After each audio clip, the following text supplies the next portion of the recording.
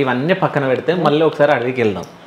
So ఇప్పుడు అక్కడ ఉన్నారు మీరు, సో డబ్బులు, సో తినడానికి డబ్బులు ఎక్కడివి అంటే నేను కొన్ని విన్నా, అంటే పెట్టెల డబ్బులు ఉంటాయి వాళ్ళ దగ్గర, అడవిలో దాచి పెడతారు, భూమి దోవి భూమిలో పెడతారు, అది నిజంగా అన్ని డబ్బులు ఉంటాయి? డబ్బులు ఉంటాయి, కాకపోతే అంటే అవి ఎవరు తెచ్చిస్తారు ఏంటిది అని అంటే కొంతమంది కాంట్రాక్టర్లు ఉంటారు కదా, కాంట్రాక్టర్లు ఉంటారు, వాళ్ళు పార్టీకి ఫండ్ ఇస్తారు. ఓకే, పార్టీకి ఫండ్ ఇస్తారు. ఇంకా వేరే వేరే వాళ్ళు కూడా తెచ్చిస్తారు అనేది అయితే నాకు తెలుసు. పొలిటికల్ లీడర్ సార్ అంటారు.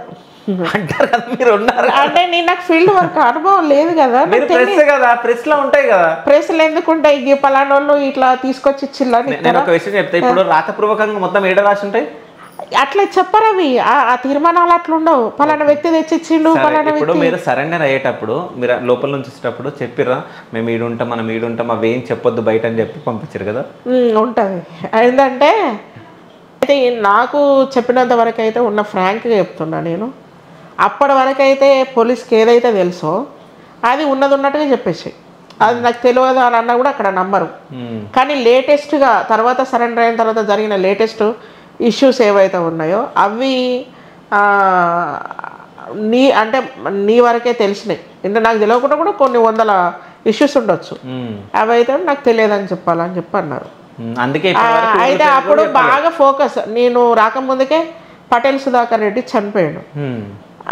నేను ఇంక అప్పటికి సరెండర్ కాలే, నేను పార్టీలోనే ఉన్నా, ఇంకా 2-3 డేస్ అయితే బయటకు వచ్చేస్తా.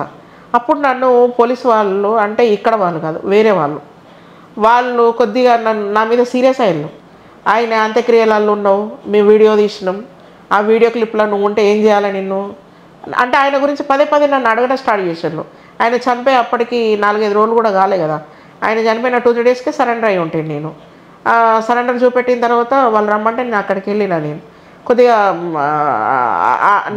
ఆ నెలలో జరిగిన ఇన్సిడెంట్ కాబట్టి గట్టిగా తీసుకున్నారు.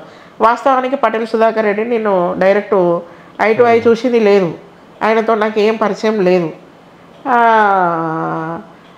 వాళ్ళు అడిగిండ్రు, అయితే నేను ఒకటే అన్నా, ఆయన అప్పటికొక డిఎస్పీ స్థాయి క్యాడర్ అన్నట్టు. నాకు బాగా కోపం వచ్చింది దాంట్లో.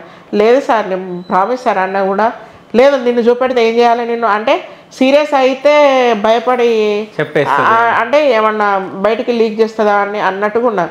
వాస్తవాన్ని లీక్ చేయడానికి అక్కడ ఏం లేదు, ఆయన ఆల్రెడీ చనిపోయిన క్యాండిడేట్ కదా. మీరు లీక్ చేసేంత కూడా మీరు ఏం లీక్ చేయరు, అది ఏం లేదు అక్కడ. అయితే ఆయన సీరియస్ అయితే నేను అన్నా ఓకే దెన్ ప్లే చేయని చెప్పిన, నేను ప్లే చేయండి, అలా నేను కనబడితే నన్ను అరెస్ట్ చేయండి అని చెప్పి.